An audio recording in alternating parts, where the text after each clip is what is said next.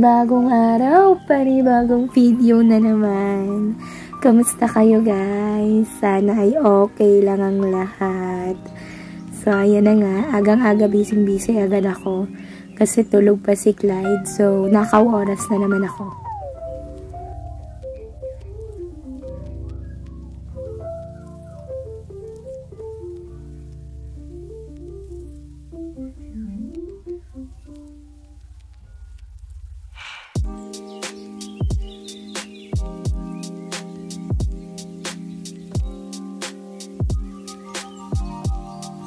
So, time check. 9 AM na ng umaga. So, good morning. Bababa ako. Kasi si Clyde mamaya-maya pa naman yung gising. Usually, sinasabayan ko siya. Pero ngayon, una muna ako sa kanyang bumaba. Kasi, magpipipros ako ng lulutuin. Kaya mamaya. So, ang lulutuin ko. Chicken. Ito naman ako sa aking favorite place na bahay, ang kusina. Kasi, since ako naman yung lagi nagluluto talaga rin dito, madalas. Kasi pag last day naman si Marvin, pinagluluto niya naman kami. Pinagpapalaman niya naman ako. So, hanggang ang bonus ko, medyo groggy pa kasi nga, ibibisin ko lang. So, lilipitin ko muna ang aking mga hinugasan sa gabi. Para mamaya, pagising ni Clyde, hindi na siya sasabay din. Yan, so, tumaas muna ako kasi nilipit ko lang ng konti yung kusina, yung mga hinugasan yung kagabi, inilagay ko na sa mga cabinet para hindi nakakalat. Tapos, yung manok, dinupras ko kasi kakainin, lulutuin ko naman yung mamaya for dinner pa. So, bumaba lang ako para i-defrost siya para, kasi medyo matagal i-defrost kasi naman yung Clyde ko.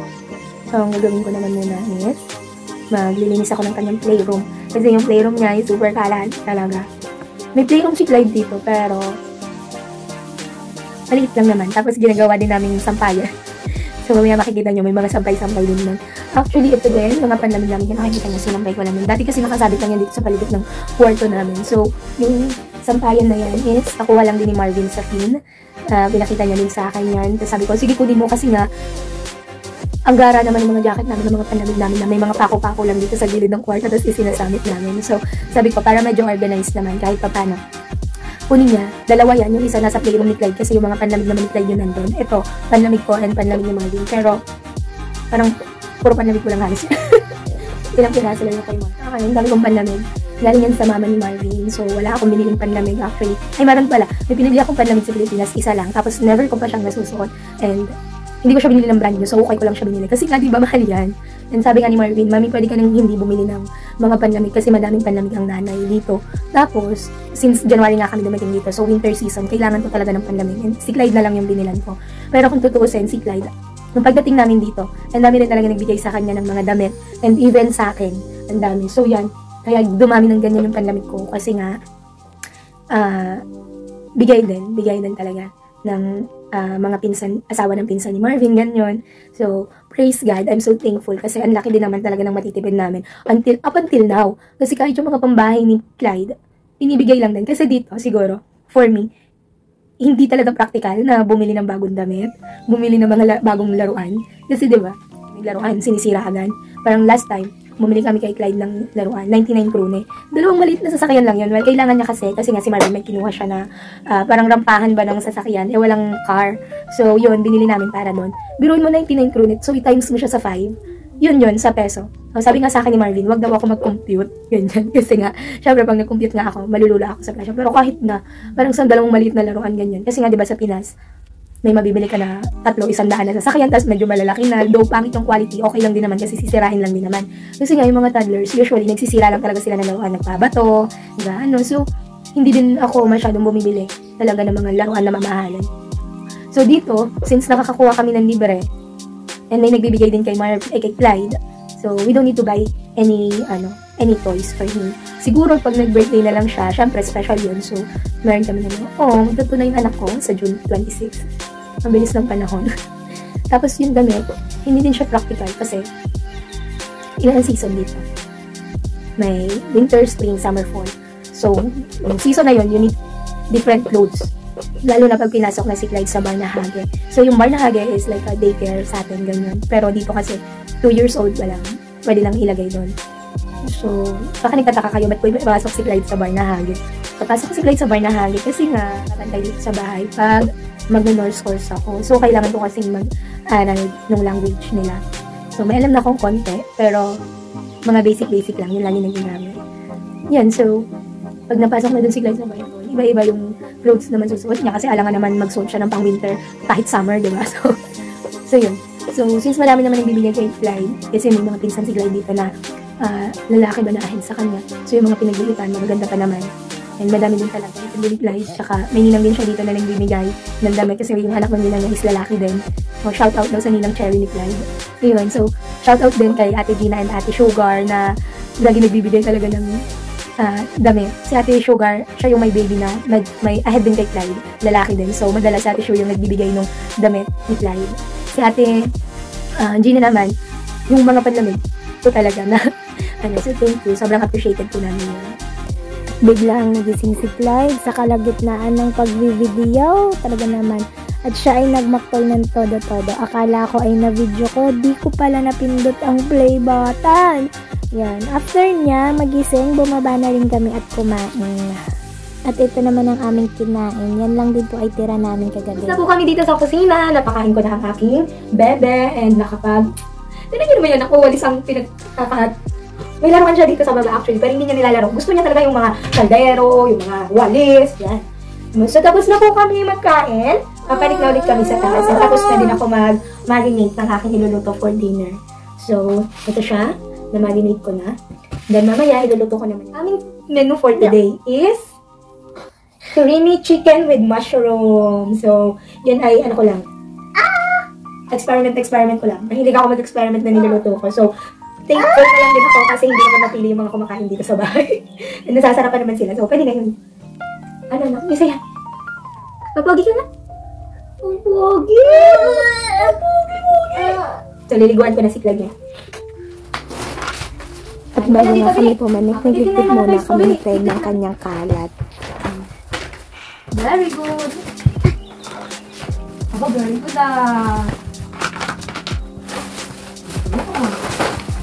si Clyde ay magto 2 years old na po. Kaya po tinuturuan na po siya ni Mami mag-dikit ng toys niya. Guli mo po. Very good. So, napansin ko kay Clyde, pag sinabihan ko siya na ilikit na yung laruan niya, tapos yung siya lang yung gagawa, ayaw niya. Gusto niya nandun ako, katulog niya ako. So, tinutulungan ko siya. Pero yung playroom niya, hindi pa namin nalilinis. Papa, meron ba? Ayun pa ako. Ayan, sipag. Yay! Very good naman ang bebe. Hey, tapos na! Tapos na magligpit ng toys. Liligo na po ang bebe. Papogi ka muna daw sa kanila. So, liligo na po si Clyde. Hindi na namin siya isasama sa video. Kasi last time, nag-upload ako ng video na pinaliliguan ko siya. Ang cute ni Clyde. Salta pa siya na naligo ako. Ganyan. Tapos, nung in-upload ko na, tinanggal siya ni YouTube. Kasi nga, parang against din sa child policy anyway. So, tinanggal ko na lang. Nay, anak! Halika na, let's go na. So, tapos na rin naman ako sa gagawin ko dito. Mamaya ko na, since dinarinate ko naman yung chicken, mamaya ko pa ito. Tataas muna kami at baka sakaling marinis din namin yung playroom ni Clyde doon sa taas. And also, naliliguan ko nga siya. So, samahan nyo kami. Tara na, sabi mo anak, let's go! Abay, sabi ko let's go, kinuha niya na yung cellphone. So, natong anak ko. So, bago kami tuluyang tumaas, ako muna ay magtatakal ng aming isasahing. So, ganun lang ang aming lagayan ng bigas. Kasi nga yung bigas dito, 5 kilo lang naman yung sako. So, sakto dyan yung 5 kilos. Ay inumin ko si Clyde ng milk. At nandito na nga po ulit kami sa kwarto. Tingnan nyo naman ang bata. May pag-inom pa ng apple juice talaga naman. Si Clyde po ay hindi siya nagdede sa bote. Talagang exclusive breastfeeding siya until now. Pero tingnan nyo naman, pagdating doon sa apple juice, iniinom niya talaga sa bote. Tapos pinatry ko na siyang painumin ng gatas. Tingnan nyo, ayaw. Mas pinili yung apple juice. Ayaw niya ng gatas, mas gusto niya. Pero syempre, tiyaga-tiyaga ako sa pagpapainom sa kanya ng gatas. At ayan na! Outfit check ang bata. Tingnan nyo ka-cute. Munti kang pang malaglag. Sabihin mo, tapos na po ako maligo. So, tapos na po maligo ang Clyde namin. So, humihiga na siya. Ibig sabihin po, Dede na po siya at matutulog na. Oh, sara muna natin yung kurtina. Bili. Sara muna yung kurtina na. Bili. Sara lang po namin ang aming kurtina para madilim at makatulog na ang bebe ni Pogi. Dali na ang aking mahal. Kala mong bait-bait. kulay pula kami kasi nga yung kurtina namin ay maroon. Kasi kailangan namin ng dark kasi si Clyde pag maliwanag hindi siya natutulog. So, pagtiisan niyo muna yung kulay ng mga pagmumukha namin. At yung kanina kong binabalak na paglilinis ng playroom, ngayon ko lang magagawa kasi kanina nagising nga si Clyde. So ngayon, habang tulog siya, maglilinis na ako ng playroom niya. So ganyan talaga ang nanay. Naka-oras lang, tutulog ang bata. Pagkatas ko maglinis ng playroom, samahan niyo naman ako magluto. Ang laki na talaga ng anak ko. Diba? Tingnan nyo naman. Grabe kakalat talaga. So, yan na. Magsisimula nang maglinis ang mami doon nyo. Super daming laruan ni Clyde. Pero yung mga laruan na yan, sabi ko nga sa inyo, siguro may bili man dyan, 2 lang. Tapos yung iba puro bigay na lang. Tapos nakuha nga namin sa Finn. Super pinagpala ang bata kasi kahit na lagi lang siya dito sa bahay, at least may mga laruan siya. Hindi lang yan, actually meron din kaming nakuhang trampoline. Nakatayo na dun sa labas ng bahay. So, pag tag-init na ulit or maganda na yung panahon, magagamit na ulit yun ni Clyde. Pero sa ngayon, hindi namin nilalabas si Clyde kasi pangit yung weather, paulan-ulan. Kaya, dito lang siya ngayon lagi sa loob ng bahay. Itong playroom ni Clyde, hindi ko din siya araw-araw talagang naayos or nalilinis. Kasi nga, pagkaayos ko niyan mamaya, iwawaras niya na naman lahat ng gamit niya. Nakakapagod kaya, no? At natapos na nga. So, wag niyo nang pansinin yung sampayan namin. Diba't sabi ko naman sa inyo, nandyan nga yung sampayan. Nalalaba ko lang yung kagabi kaya hindi pa siya tuyo. Kaya nandyan pa rin siya. So, natapos ko na linisin yung playroom ni Clyde. Sandali lang naman yun kasi nga, hey, maliit lang naman yun. At saka hindi ko naman masyado inaayos yung mga laruan niya. So, ngayon magluluto naman ako. So, ito yung narinig ko kanina, ipiprito ko siya. So, habang piniprito ko siya, magpapainit ako ng dito. So, habang piniprito ko siya, nagsasain dito. May kasama na kami sa bahay na dito na yung lola ni Clyde.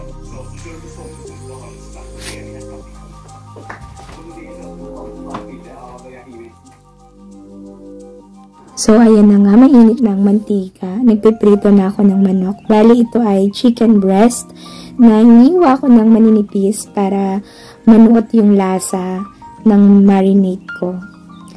So, habang hinihintay ko siyang maprito, hinugasan ko na din yung bigas para masaklang ko na nga yung sinaing. O, diba? Multitasking to eh. Ako pa? So, yun. At maya-maya nga ay dumating na rin ang aming dada. Dumating na ang dada! Hi! Maganda yung rice cooker nila. Madami o maunti kang iluluto.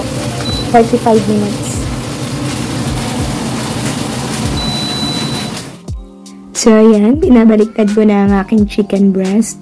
So, pwede na yan. Golden brown. Di naman dapat sobrang lutong-luto kasi isasaklang ko pa din naman siya mamaya dun sa sauce. Kumbaga, lulutuin ko pa din yung chicken sa sauce and para malambot din ang texture ng chicken.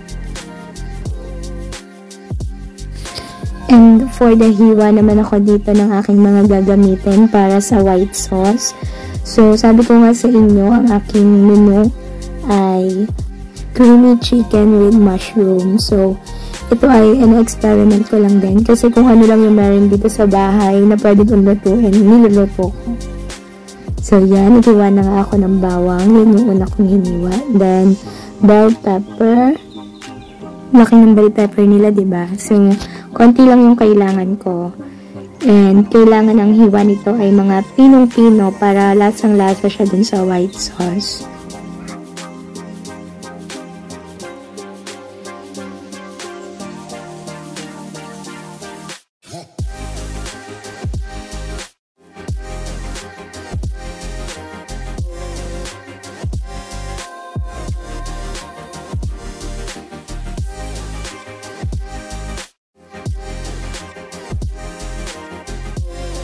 And of course, carrots, hindi mawawala. So, kung mapapansin nyo, mahilig ako maglagay talaga rin ng gulay sa mga kinakain namin. Kasi, kung ano yung kinakain namin, yun na rin yung kinakain ni Clyde. So, as much as possible, healthy yung makain ni Clyde. Kasi ever since bata siya, never ko siyang pinatikim ng mga Cerelac, Gerber, yung mga ganun. So, all natural kami kahit nung nag-puree siya. Breast milk ko lang and mga apple, patatas, broccoli, carrots, yan. So, ito na nga yung manok. Ito pa lang, ulam na. At ito naman ang aking mga gagamitin para sa sauce. At yan na nga, nilagay ko na ang butter. So, tinutunaw-tunaw ko na. At kung tatanungin nyo ako kung anong measurement yan, ay hindi ko po alam. Tansya-tansya lang yan. So, ako si, tansya girl. Gagamit din ako. Heavy cream. So, the butter is melted already. So, I'm gonna put the flour. English, sorry. Yan, so, 1.5 spoon yung nilagay ko. Then, after na nahalu-haluin ko lang siya. So, medyo may pagkakamali nga ako dito. Kasi dapat ang inuna kong nilagay is yung bawang. Pero nauna ko yung harina. So, hinabol ko na lang siya. And, dinalo-halo ko. Hinayaan ko siyang maluto muna yung bawang. Then, nung naamoy ko na yung aroma ng garlic, nilagay ko na yung 2 cups of water.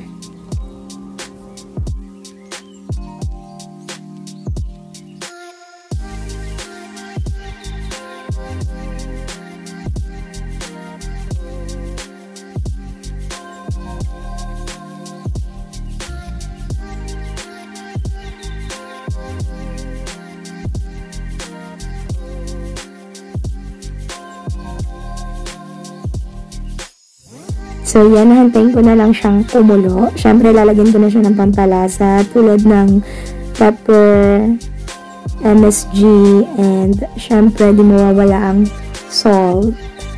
So, yan ang aking mga gagamitin. Again, kung tatanungin niyo po ako sa measurement ng mga nilagay kong pampalasa, hindi ko rin po alam kasi nga po ako ay si tansya girl lang. So, kada lagay ko niyan, haluin ko, titikman ko. So, kung tama na sa panlasa ko, edi good. Pag kulang pa, dagdag. So, ganun lang po ang aking gawain. Hindi po ako mahilig magsukat-sukat ng nilalagay ko sa mga niluluto ko. Kaya nakadepende talaga siya sa panlasa ko. So, nilagay ko na yung heavy cream. Yan, even the heavy cream, hindi ko din alam kung gaano kadami nilagay ko. Basta, nilagay ko lang siya. And puka naman na siyang okay dyan. So, hindi ko na dinagdagan pa.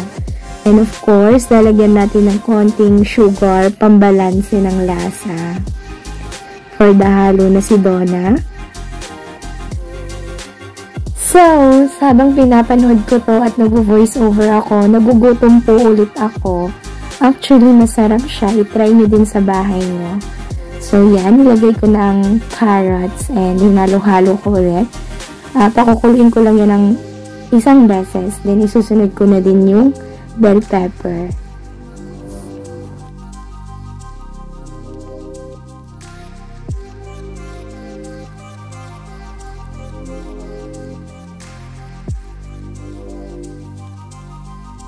Ayan, so for the mekos-mekos na naman ang Mami Donna nyo. So, habang hinahalo ko siya, medyo nakulangan ako sa lapot. So, nagdagdag ako ng konting cornstarch. Kasi dapat po medyo malapot since creamy nga siya. So, yan. For the halo-halo lang tayo para hindi mamuo din yung cornstarch. So, ayan, nung nakita ko ng perfect na ang pagkalapot is nilagay na namin yung mushroom. Actually, itong mushroom na to ay luto na siya sa butter. Parang naprito na. Kasi ginamit namin to sa salad nung nag-grill si Lolo ni Clyde. And may natira. So, nang hinayang ako. Kaya yun na lang din yung ginamit ko. Alam niyo ba, ang sarap ng mushroom dito? Ewan ko, pero ang sarap ng lasa ng mushroom nila. Lasang-lasa talaga. Then yan, nilagay ko na din yung manok. Tingnan nyo, may pagka-arte pa. Isa-isa pa nilagay. Pero maya-maya, tingnan nyo naman, ibubuhos din naman.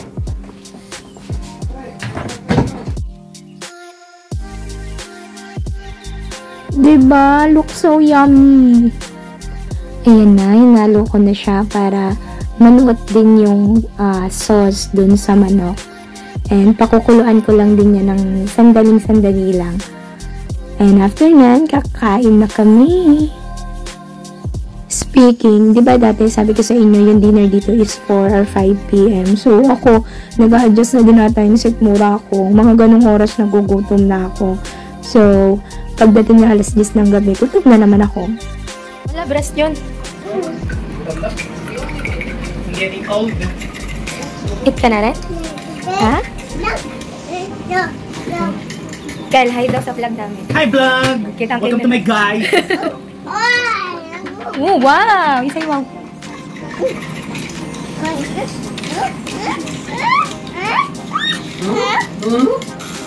So, ayun na nga, hindi ko na nga na-videohan ang aming pagkain kasi hindi ko alam kung saan ko ilalagay yung cellphone. So, nandito na kami sa taas ngayon. Tingnan niyo tong batang to. Maalam nang mag-vacuum, nililinis na ang sarili niyang kalat. Abay, nagtapon ba naman ng cereal? Before the vacuum siya ngayon. So, hinahayaan ko lang siya kasi trip niya din yung maglinis-linis Okay, tingnan nyo nga po itong batang ito. Parang hindi nag-dinner kanina ba? Kain ng kain. So, ayan. Siguro natripan niya lang yung cereal ngayon. Tsura. So, ayan. Pag ganitong oras at kompleto na kami sa kwarto, binibigyan namin si Clyde ng time na makipaglaro sa amin. Alam ko, dadalhin niya tong mga to hanggang paglaki niya. Ang sarap lang ng kompletong pamilya. Kahit kailan hindi siya matutumbasan ng kahit na anong bagay o kahit anong halaga. Minsan lang bata si Clyde, kaya we always make sure na may maganda siyang babaunin sa paglaki niya. And for sure, kahit ako o kahit si dada namin, mamimiss din yung ganitong moment. Lalo yung tawa ni Clyde, ang sarap pakinggan. Clyde is a blessing for us, kaya grateful ako sa Lord sa pamilya na meron ako, sa pamilya na binigay niya sa akin. Mabait na asawa at bibong anak. Hindi man kami mayaman sa pera, mapapalaki naman namin si Clyde na mayaman sa pagmamahal. Ayan na, nagdrama na ang lola niyo. Baka may pag-iyak pa. Kidding aside, siguro ang may iwan ko lang sa inyo is always choose your family. Kasi wala nga siyang katumbas na kahit na ano. And hindi din siya forever. Hindi mo forever kasama yung anak mo.